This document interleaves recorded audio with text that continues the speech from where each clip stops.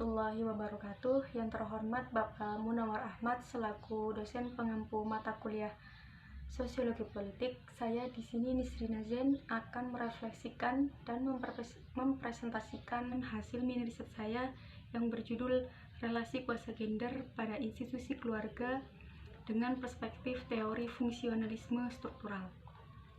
Seperti yang kita ketahui bahwa keluarga merupakan lembaga terkecil dalam masyarakat yang terdiri dari struktur ayah sebagai suami, kemudian ibu atau istri, dan juga anak. Sama halnya dengan lembaga masyarakat, keluarga juga memiliki nilai dan norma yang telah disepakati.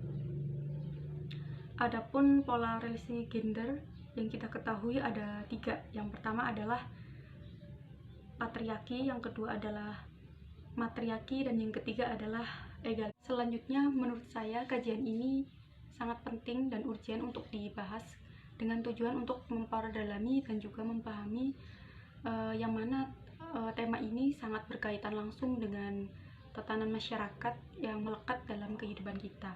Kemudian dalam tulisan saya ada 3 yang dikaji. Yang pertama adalah apa itu teori fungsionalisme struktural, yang kedua adalah apa itu relasi gender, dan yang ketiga adalah bagaimana wacana gender dalam institusi keluarga. Adapun metode yang digunakan adalah metode deskriptif, di mana metode deskriptif ini sangat cocok digunakan untuk memahami dan juga mendalami dalam menggambarkan suatu fenomena, terutama untuk mengkaji tema ini yang berjudul relasi kuasa gender pada institusi keluarga, perspektif teori fungsional dan struktural. Penelitian ini bersumber pada literasi seperti jurnal, kemudian skripsi, dan juga artikel. Adapun melakukan dengan pendekatan kualitatif. Baiklah, untuk selanjutnya tema ini dengan adapun yang akan dibahas dalam presentasi saya adalah yang pertama, apa itu teori fungsionalisme struktural, yang kedua adalah apa itu relasi kuasa gender, dan yang ketiga adalah bagaimana wacana gender dalam institusi keluarga. Fungsionalisme struktural merupakan sebuah teori atau sudut pandang yang luas pada disiplin ilmu sosiologi dan antropologi yang berusaha untuk menganalisis masyarakat secara keseluruhan, padahal fungsi dan sebuah unsur-unsur konstitusinya seperti norma, adat, tradisi, dan institusi. Teori ini juga merupakan pondasi yang sasarannya ialah untuk memperoleh keharmonisan sosial.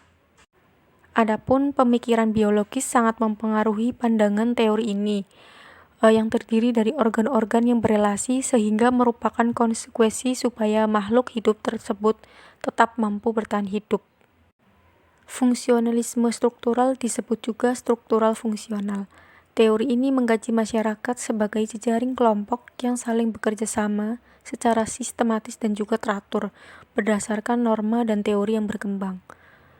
Teori ini menitik beratkan pada elemen-elemen fungsi, konsensus, stabilitas, integritas, dan juga koordinasi. Adapun teori ini memiliki asumsi dasar yaitu 5.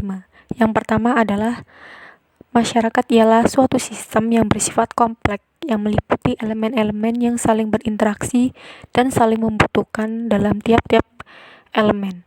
Yang kedua adalah sistem sosial cenderung mengarah pada sistem untuk mengintegrasikan diri untuk tingkat yang sempurna. Kemudian yang ketiga adalah umumnya sebuah perubahan.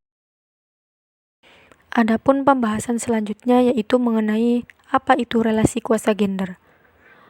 Kekuasaan yang dimaksud dalam penelitian ini ialah sebuah relasi atau hubungan yang berkaitan dengan sejauh mana relasi kuasa gender yang ada pada institusi keluarga. Apakah menunjukkan pola patriarki, matriarki, ataukah egaliter.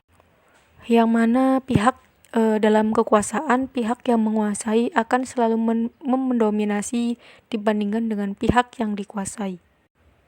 Peran anggota keluarga, perspektif teori ini, seorang laki-laki atau ayah memiliki struktur otoritas tertinggi selaku kepala keluarga. Kemudian otoritas dilanjutkan pada sebuah perbedaan usia dan juga jenis kelamin pada anggota keluarga. Contohnya seperti saudara laki-laki memiliki struktur sosial yang lebih tinggi daripada saudara perempuan. Hal ini seringkali menjadikan seorang laki-laki mempunyai kekuatan, kemampuan, dan juga kekuasaan yang lebih tinggi. Banyak sekali stereotip yang terbentuk hingga mitos yang sudah terlekat pada masyarakat, seperti tugas mutlak terhadap kebutuhan ekonomi keluarga ini adalah hak suami, sedangkan istri hanya mengurusi tanggung jawab domestik saja. Adapun menurut Colin yang dikutip oleh Megawangi, bahwasanya keluarga yang ideal itu ialah yang beralaskan companionship, yang mana pola relasinya tidak otoritas atau bersifat horizontal. Model konflik sebenarnya tidak memandang persatuan sebuah sistem yang berdasarkan perspektif teori ini, bahwa hal tersebut merupakan aspek utama untuk solidnya sebuah masyarakat.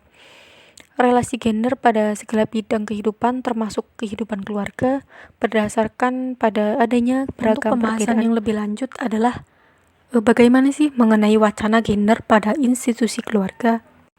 Berdasarkan hasil mini riset saya, bahwasanya gender merupakan fenomena sosial budaya yang dalam perkembangannya mengalami proses yang sangat panjang, sehingga membentuk fenomena patriarki, matriarki, ataupun egaliter, yang mana hal itu telah dikonstruksi secara sosial ataupun kultural.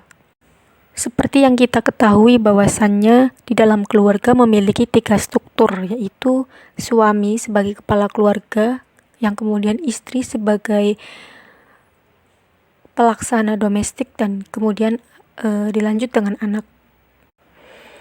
Setiap struktur memiliki peran dan juga identitas sendiri. Ditinjau dari teori fungsionalisme struktural, yang mana sistem sosial mengarah pada sistem untuk mengintegrasikan diri dalam upaya menciptakan keseimbangan. Meskipun kapanpun bisa muncul konflik, tetapi tidak akan sampai merusak sistem sosial.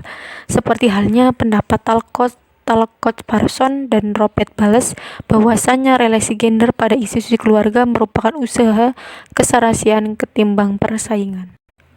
Adapun menurut tokoh Narwako, yang mana polarisasi gender pada konteks ini ditentukan beberapa faktor. Yang pertama adalah status dan kekuasaan. Yang kedua adalah faktor komunikasi nonverbal, dan yang ketiga adalah pembagian kerja antara laki-laki dan perempuan dalam rumah tangga. Kemudian dalam faktor tersebut, fenomena yang terdapat dalam sebuah masyarakat yang mana perempuan dipojokkan dan termarginalkan, sehingga terputusnya akses kaum perempuan pada sumber daya utama dalam aspek ekonomi, budaya, dan juga politik, sehingga mempengaruhi banyak sekali wanita dalam pembagiannya kerja. Menurut saya sendiri, artinya bahwa konstruksi sosial budaya berperan memberikan